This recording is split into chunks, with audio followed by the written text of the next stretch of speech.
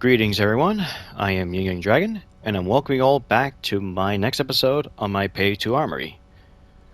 Boy, I'm pretty sure you missed me and this series. So, for today's episode, I'll be covering probably the most sold SMG, definitely around the 50s and the 60s, and almost at the end of the 2000s, and very much became an icon in terms of Hollywood, video games, and does have a very large reputation, and of course, that is the Israeli Uzi. The weapon's a telescopic bolt design, so almost kind of first of its kind, and the first post-war SMG after the Second World War. It was, of course, designed in the 1950s by the weapon designer Uziel Gal. Which, little fun fact, he didn't really want his weapon to be named after him, but unfortunately his request got completely ignored, and we have the Uzi. And to be honest, Uzi sounds fucking badass. So honestly, no matter if you like it or dislike the name, it definitely became an icon. So I definitely would be proud of it. So the Uzi is, of course, very lightweighted, with the stamped sheet metal. It's fired from an open bolt, and the weapons has been in service in 1954 and still been used today. Although the Israeli Defense Force no longer use the Uzi, got replaced more of their more popular, more modern weapon, and more proven being the TAR-21 or the M4 carbine. There are different types of variants for the Uzi. There's, of course, the regular, normal Uzi. You have the mini Uzi, then the micro Uzi, and then you have a more modern take of the micro Uzi being the Uzi Pro. But for the sake of this video, we'll be just mainly talk about the Uzi.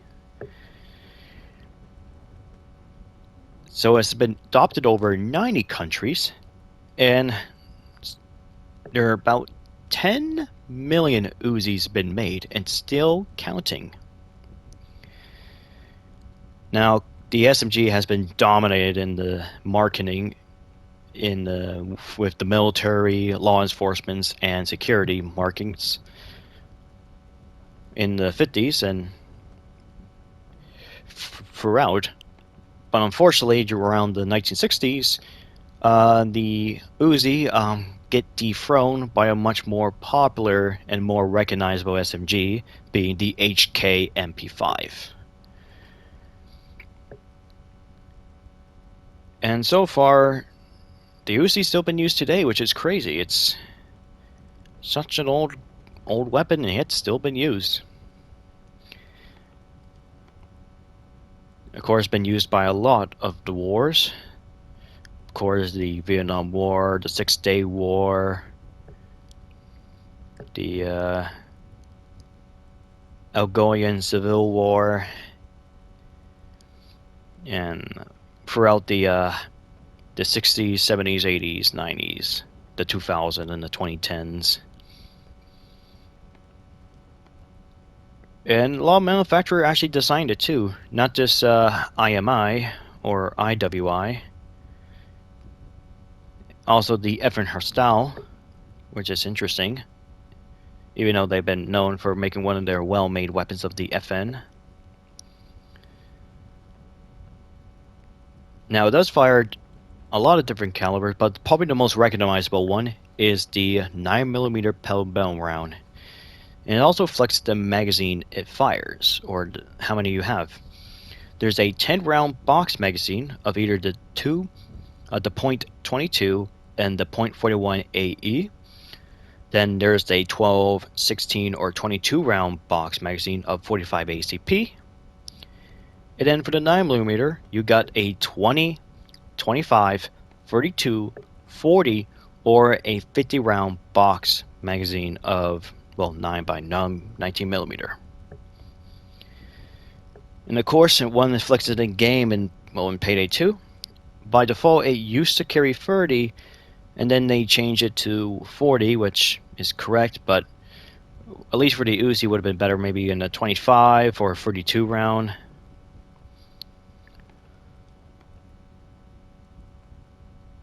Wherever the case may be, the Uzi has also got a lot of changes to Payday 2. So let's now get to, well, in-game for the Uzi. So in-game, the Uzi is the last SMG you unlock at level 55, and is also one of the most expensive SMGs. Not a really big deal if you've been, play Payday 2 quite a lot. It makes some nice hard-earned dough. Now, for the stats for the Uzi, it's going to be a little more different this time around because there was an update on PC a few months back where they actually reworked a bit with the Uzi. Now it does more damage, but not much of total ammo. I think you get 120 total ammo or 90. I have no clue. I hadn't played back on the PC, and I don't really plan to. But anyways, I'll just show off the stats at least on the console. So the magazine is 40 rounds, total ammo up to 100, rate of fire of, well, close to 700, damage of 44, accuracy of 52, stability of 68, concealment of 24, fret of 12, and a reload time of 3.5 seconds. Now for the PC Uzi, it definitely would be up to at least 90 damage, and the total ammo will be much more lower than that. So those are like the only two major differences they have. But the Uzi definitely had a big change throughout its life cycle. When it first made its appearance in during the Hotline Miami update back in September 2014, which is almost like 9 years. God damn. Time sure does fly fast. The Uzi used to deal, it was a high damage SMG, used to deal with 90 damage. Or how close it was back then. And then they give it a little bit of rework during the Crime Fest 2015 update in day 1, where they really balance update the weapons. Now the Uzi is a low damage SMG, now has 150 rounds, or 150 total ammo. But then during the Search for Kento update, which is of course the spring break of 2017, the Uzi got a big change to its magazine and total ammo. The magazine capacity used to be 30, now increased to 40, and the total ammo used to be 150, now increased to 200. And then a few years later, they update the Uzi to have the exact same damage back like it was during Hotline Miami debut. Boy, that's quite a lot to talk about with a certain gun history, especially with different changes, different versions. Alright, let's see how the Uzi looks. Now we can see I have, of course, the folding stock attachment on, so I could give you the compact feel to the gun and how it looks like. Now this particular Uzi is a more upgradable compared to the original Uzi because there are a few selectable things. Because the Uzi in real life fires 600 RPM, so this one shoots around 700. The reason for it, they basically upgrade the telescopic bolt. Basically, they made the bolt a little bit bigger, so it makes the cycling, able to bring back the spring and the ejection port much more quicker to get the bullet casing out, so able to increase its rate of fire. And another one is the pretty much look like the built-in K for grip to the Uzi, because normally I never really see much Uzis with this type of grip before. Payday 2 was the first one of its kind. And of course you can easily just unscrew it by the little screws on each of the hand guards. So you can able to unscrew these and put back the original hand guard if you choose to do so. But yeah, this is a very compact SMG. Very lightweight, especially when you have the folding skeletal stock.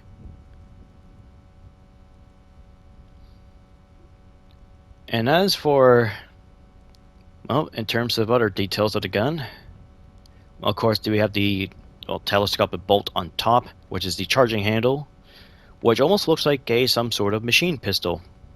You can even tell by the magazine located right underneath the pistol grip to the mag well. And then we have some writing on top of the bolt, which I can't really see very well. And then, of course, we have other readings to it. Now, the ARS is the fire selector for the Uzi. So the A is automatic, the R is repeat, which is, well, repeating shot, which is single fire, and S is safe. And you can definitely see there's the lines here indicate the firing mode. And of course, for now, the weapons is on safe. Now, they also show it on the other side, but they only show the lines, but not the actual numbers. It doesn't really have a ambidextrous design or ergonomically, so it's almost more fitted to a right-handed shooter. And then we have the magazine, which of course has the little magazine button. Of course, located right pretty much beneath the pistol grip. And of course, that's allows you to release the magazine out of the gun. And the reason, they say it's recommended to use your hand, not in your firing hand, to release the mag. I heard reports that people say that the people accidentally hit the magazine release switch, either with their pinky or just holding the grip tightly. And there's this back here bumper too. At the back here, you could see it better either on the side here, just behind the pistol grip.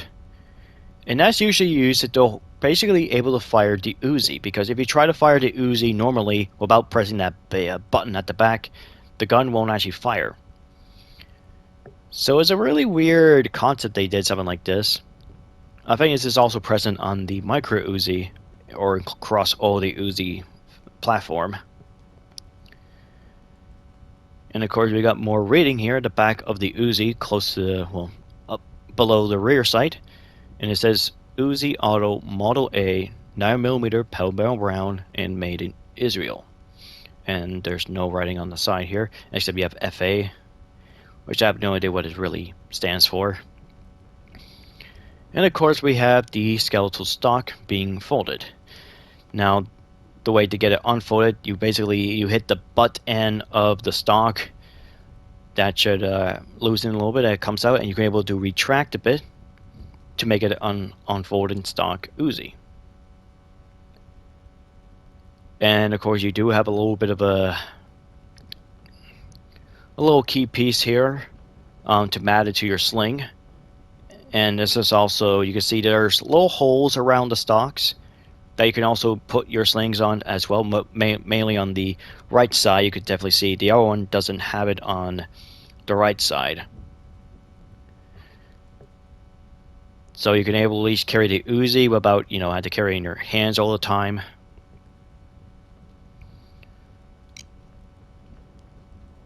And let's see the attachment you could put on this. Now, of course, you could put on any type of barrel extensions. It does have one unique barrel extension attachment, and that is the silent depth suppressor. And it definitely is very interesting. Definitely like a 80s vibe to it, and unfortunately though, it does not work with the micro Uzi. You can put on any boost you want, any customs. As for the foregrip, you get the tactical foregrip, which is a more, modern take. You can see there's a little bit more readings. You see all the rails have the RIS rail. And if I go to the side here, not really much reading, but it's a more Picatinny rail system, and it does change the foregrip very drastically. Gadget itself, you can put any gadget you want. Now, of course, when you put on a compact laser module, you get a extra, well, pigtail rail here. And I think if you add the tactical grip, you're still gonna have the two weird pigtail rails, which doesn't make a lot of sense, but I'm pretty sure that's just too much budgeting, too much time to work. You know, they focus on little gameplay stuff and not just detail stuff. Now, as for the sights itself, it does come with its own scope mount. So when I put this on, you can see that it screws right on top of the gun. It definitely helps to clear away from the telescopic bolt and, of course, the injector port. So a very interesting way of mounting the Uzi. Now, of course, there's usually another way to actually mount optics on the Uzi, and that's usually located on the back of the Uzi. Usually, rarely at the back end of the gun, and usually away from the bolts. But I don't think they really made it this big to fit for it. And of course, you got the stock itself. So I have the folding stock. So if I take it, of course, out, this is what it looks like when you actually first purchase the Uzi. And then you have, of course, the solid stock, which a few of the Uzi actually does come with the wooden stock. But of course, due to its bulkier design and very expensive to make, they went with more cheaper alternative with the folding stock of it, which is easier and also very compact, rather than having like a big bulk of wood, make it almost difficult to conceal it. And of course, you have the ergonomic grip, which has a little more different take with the Uzi. But a few customizations. And of course we have the Kindle versions.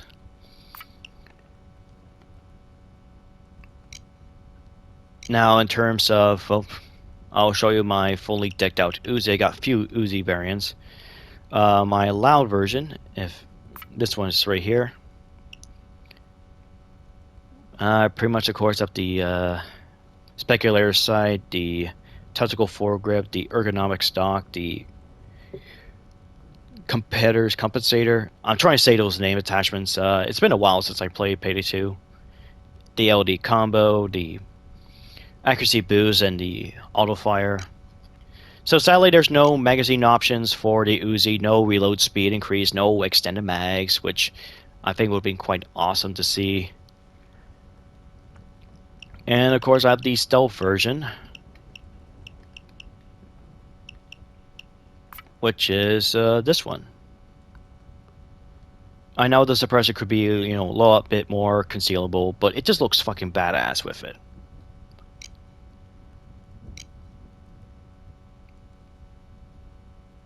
Alright, that's quite a lot of big talk with the Uzi. A lot of history going on with this weapon, and just a lot of fun fact trivias and unique details to it. Alright, enough talk about with the Uzi. Let's see how it performs at the firing range. Well, here we are at the firing range, and of course I got myself the base Uzi. It looks very... Unfortunately, I didn't take out the stock, which I didn't think it would be really much needed. But anyways, we got the Uzi itself. And of course the iron sights, at first I didn't really like them, but then the more time I got used to it, I grew more fond with it. And plus, if you're going for accuracy, which this weapon has really good accuracy for a low damage SMG or a high damage SMG, depends what version you're playing. The front post sight is very thin, so it makes accurate shots way easy. But anyways, let's reload this thing and let's see where this gun goes.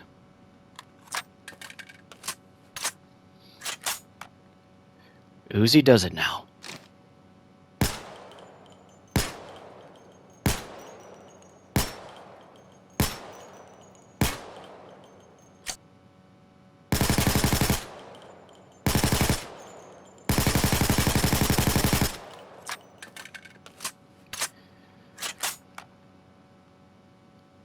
Of course, when I fire single mode, it doesn't usually go where the sights are. And of course, I did try to burst control a little bit. It does kick a little bit vertical. does have a little bit bounce, a bit side to side, but mainly has a lot of vertical recoil. So I'm gonna try it again, and this time around, I'll see where the recoil takes me, and I'm not gonna try to control the recoil in any ways. All right, going hot.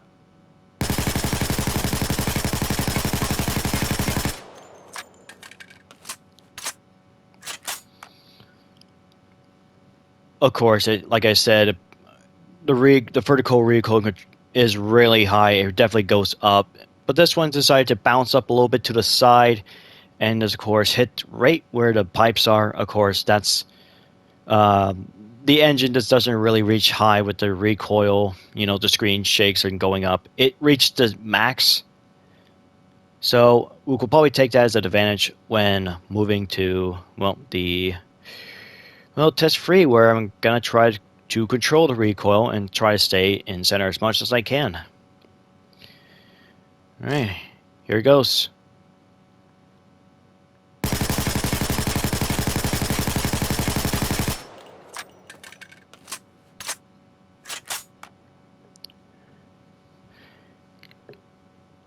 Of course, initially when I thought with a lower rate of fire of an SMG, usually it would be much more easier to control, but you also have to remember you have a stability with it as well.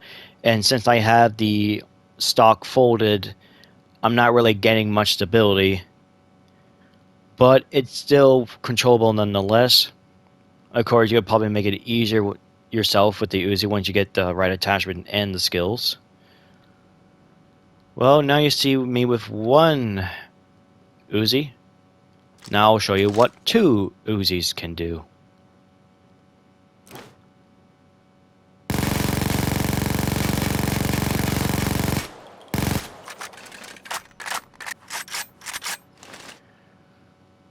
Man, these dual-wield Uzis has some huge recoil.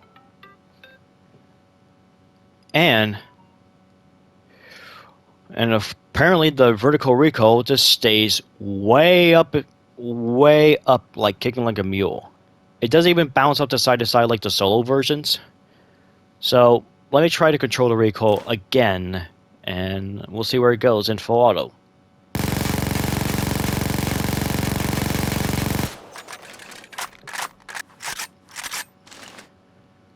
Of course, you can probably see that there. The Uzi, they even go bounce all over the place. Nothing like the original, like the singular version of the Uzi did.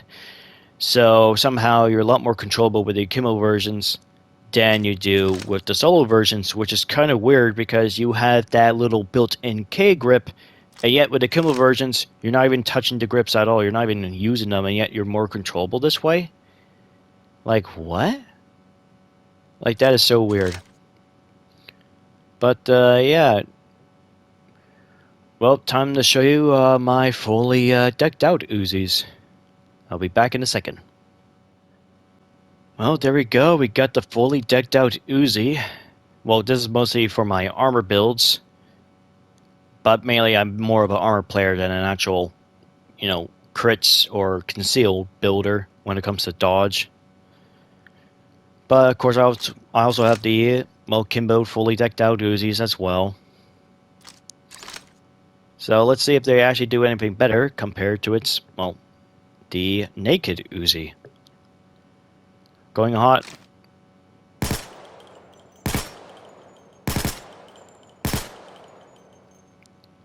Somehow the first bullet actually shoots way below the reticle.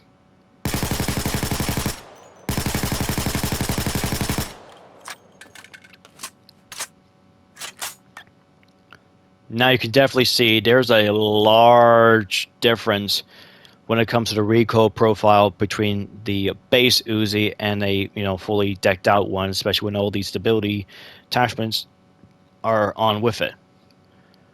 All right, now I'm gonna try to show it off again about controlling the recoil.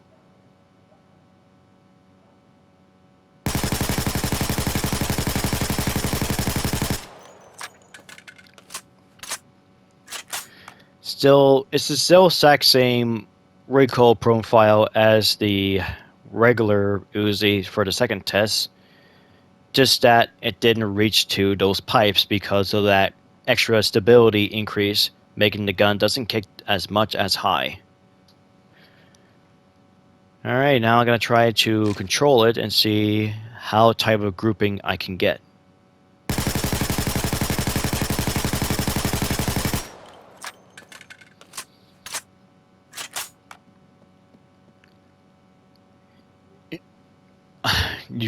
You could probably tell it is much more easier to control with the gun.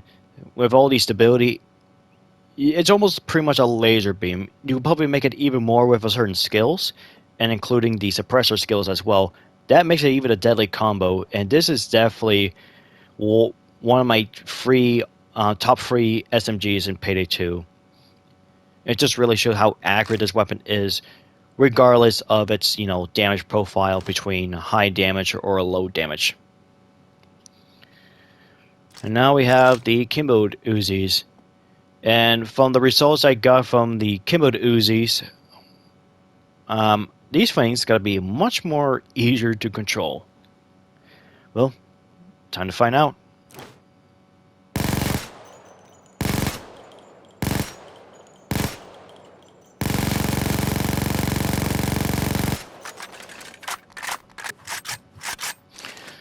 Well, it still does kick a little bit high up, but it does take a few times to reach there. Interestingly, usually the recoil profile for the Uzi when it comes to climbing up with the vertical, it usually likes to bounce a little bit more to the right. For the Kimbo case, it likes to bounce a little bit more to the left. Alright, let's see how this thing goes in fun mode without me controlling the recoil.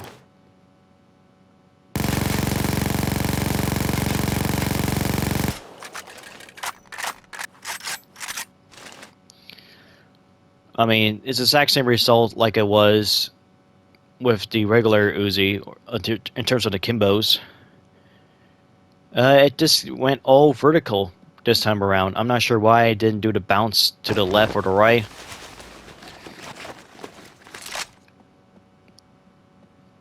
But now I'll see how well I can try to get a grouping together with two guns in hands.